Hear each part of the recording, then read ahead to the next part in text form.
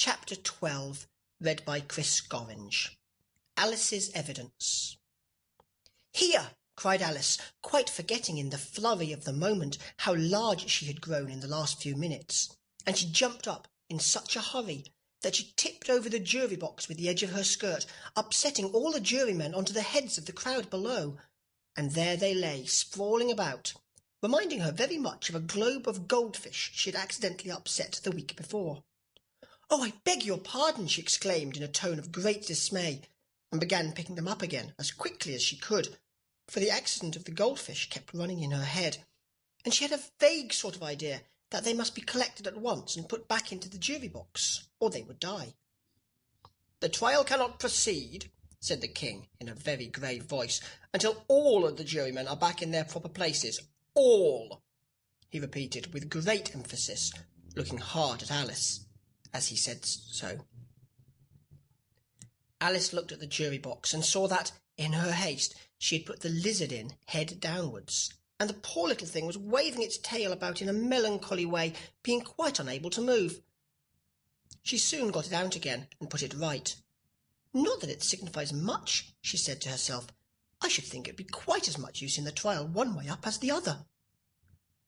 As soon as the jury had a little recovered from the shock of being upset, and their slates and pencils had been found and handed back to them, they set to work very diligently to write out a history of the accident, all except the lizard, who seemed too much overcome to do anything but sit with its mouth open, gazing up into the roof of the court. "What do you know about this business?" the king said to Alice. "Nothing," said Alice. "Nothing whatever?" persisted the king. "Nothing whatever," said Alice.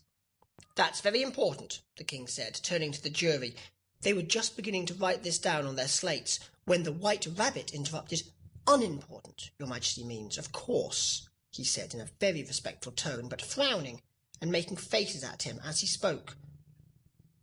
"Unimportant, of course, I meant," the king hastily said, and went on to himself in an undertone. "Important, unimportant, unimportant, important," as if he was trying which word sounded best. Some of the jury wrote it down important, and some unimportant. Alice could see this, as she was near enough to look over their slates, but it doesn't matter a bit, she thought to herself. At this moment the king, who had been for some time busily writing in his notebook, cackled out, "Silence!" and read out from his book, "Rule 42. All persons more than a mile high to leave the court." Everybody looked at Alice. "I'm not a mile high," said Alice. "You are," said the king. "Nearly 2 miles high," added the queen. "Well, I shan't go, at any rate," said Alice. "Beside, that's not a regular rule. You invented it just now." "It's the oldest rule in the book," said the king. "Then it ought to be number 1, said Alice. The king turned pale and shut his notebook hastily. "Consider your verdict," he said to the jury, in a low, trembling voice. "There's more evidence to come yet, please your majesty," said the white rabbit, jumping up in a great hurry. "This paper has just been picked up." "What's in it?" said the queen. "I haven't opened it yet," said the white rabbit, "but it seems to be a letter, written by the prisoner to somebody." "It must have been that," said the king, "unless it was written to nobody, which isn't usual, you know." "Who is it directed to?" said one of the jurymen. "It isn't directed at all," said the white letter. "In fact, there's nothing written on the outside." He unfolded the paper as he spoke and added, "It isn't a letter after all. It's a set of verses." "Are they in the prisoner's handwriting?" asked another of the jurymen. "No, they're not," said the white rabbit, "and that's the queerest thing about it." The jury all looked puzzled. "He must have imitated somebody else's hand," said the king. The jury all brightened up again. "Please your majesty," said the knave, "I didn't write it, and they can't prove I did. There's no name signed at the end." "If you didn't sign it," said the king, "that only makes the matter worse. You must have meant some mischief, or else you'd have signed your name like an honest man." There was a general clapping of hands at this. It was the first really clever thing the king had said that day. "That proves his guilt," said the queen. "It proves nothing of the sort," said Alice. "Why, you don't even know what they're about." "Read them," said the king. The White Rabbit put on his spectacles. "Where shall I begin, please your majesty?" he asked. "Begin at the beginning," the king said gravely, "and go on till you come to the end, then stop." These were the verses the White Rabbit read. "They told me you had been to her, and mentioned me to him. She gave me a good character, but said I could not swim. He sent them word I had not gone. We know it to be true. If she would push the matter on, what would become of you? I gave her 1, they gave him 2, you gave us 3 or more. They all returned from him to you, though they were mine before. If I or she should chance to be involved in this affair, he trusts to you to set them free, exactly as we were. My notion was that you had been, before she had this fit, an obstacle that came between him and ourselves and it. Don't let him know she liked them best, for this must ever be a secret kept from all the rest, between yourself and me."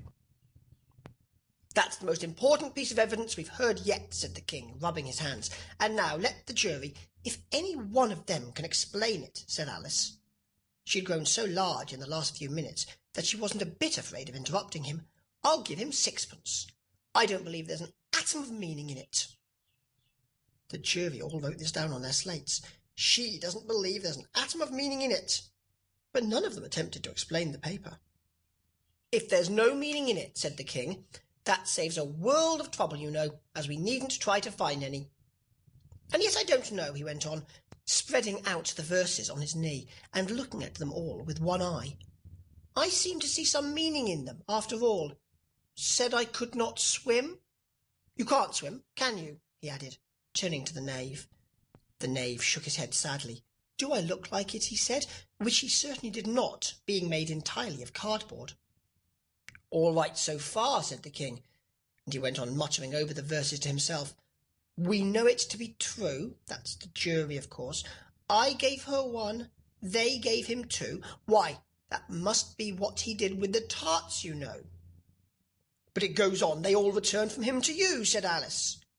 "Why, there they are," said the king triumphantly, pointing to the tarts on the table. "Nothing can be clearer than that. Then again, before she had this fit. You never had fits, my dear, I think," he said to the queen. "Never," said the queen furiously, throwing an inkstand at the lizard as she spoke. The unfortunate little Bill had left off writing on his slate with one finger, as he found it made no mark, but he now hastily began again, using the ink that was trickling down his face, as long as it lasted. "Then the words don't fit you," said the king, looking round the court with a smile. There was a dead silence. "It's a pun," the king added in an offended tone, and everybody laughed. "Let the jury consider their verdict," the king said, for about the 20th time that day. "No, no," said the queen. "Sentence first, verdict afterwards." "Stuff and nonsense," said Alice loudly. "The idea of having the sentence first." "Hold your tongue," said the queen, turning purple. "I won't," said Alice. "Off with her head," the queen shouted at the top of her voice. Nobody moved. "Who cares for you?" said Alice. She had grown to her full size by this time. "You're nothing but a pack of cards." At this the whole pack rose up into the air and came flying down upon her. She gave a little scream, half of fright and half of anger, and tried to beat them off, and found herself lying on the bank, with her head in the lap of her sister, who was gently brushing away some dead leaves that had fluttered down from the tree upon her face. "Wake up, Alice, dear," said her sister. "Why, what a long sleep you've had."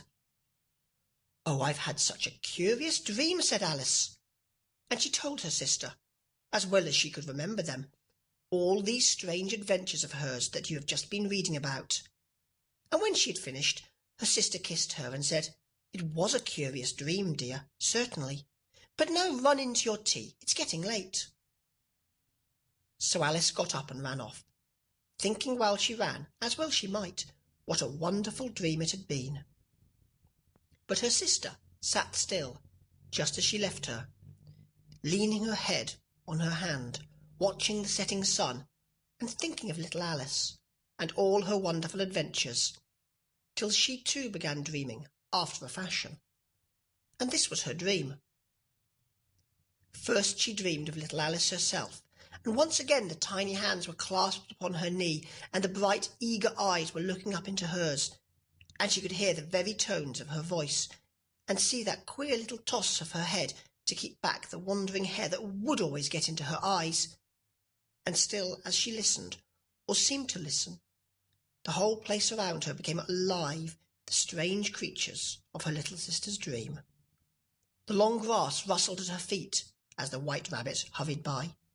The frightened mouse splashed his way through the neighbouring pool. She could hear the rattle of the teacups as the March Hare and his friends shared their never-ending meal, and the shrill voice of the Queen ordering off her unfortunate guests to execution. Once more the pig baby was sneezing on the Duchess's knee, while plates and dishes crashed around it. Once more the shriek of the griffin, the squealing of the lizard's slate pencil, and the choking of the suppressed guinea pigs filled the air, mixed up with the distant sobs of the miserable mock turtle. So she sat on, with closed eyes, and half believed herself in Wonderland, though she knew she had but to open them again, and all would change to dull reality. The grass would be only rustling in the wind, and the pool rippling to the waving of the reeds. The rattling teacups would change to tinkling sheep bells, and the Queen's shrill cries to the voice of the shepherd boy, and the sneeze of the baby, the shriek of the griffin, and all the other queer noises would change, she knew, to the confused clamour of the busy farmyard, while the lowing of the cattle in the distance would take the place of the mock turtle's heavy sobs.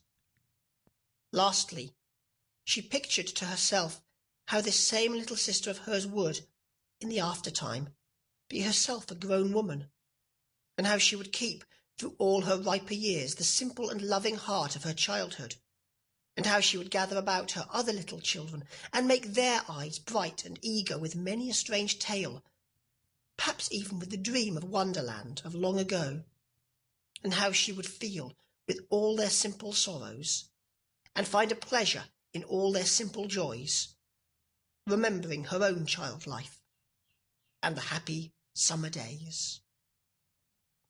This is the end of Alice's Adventures in Wonderland.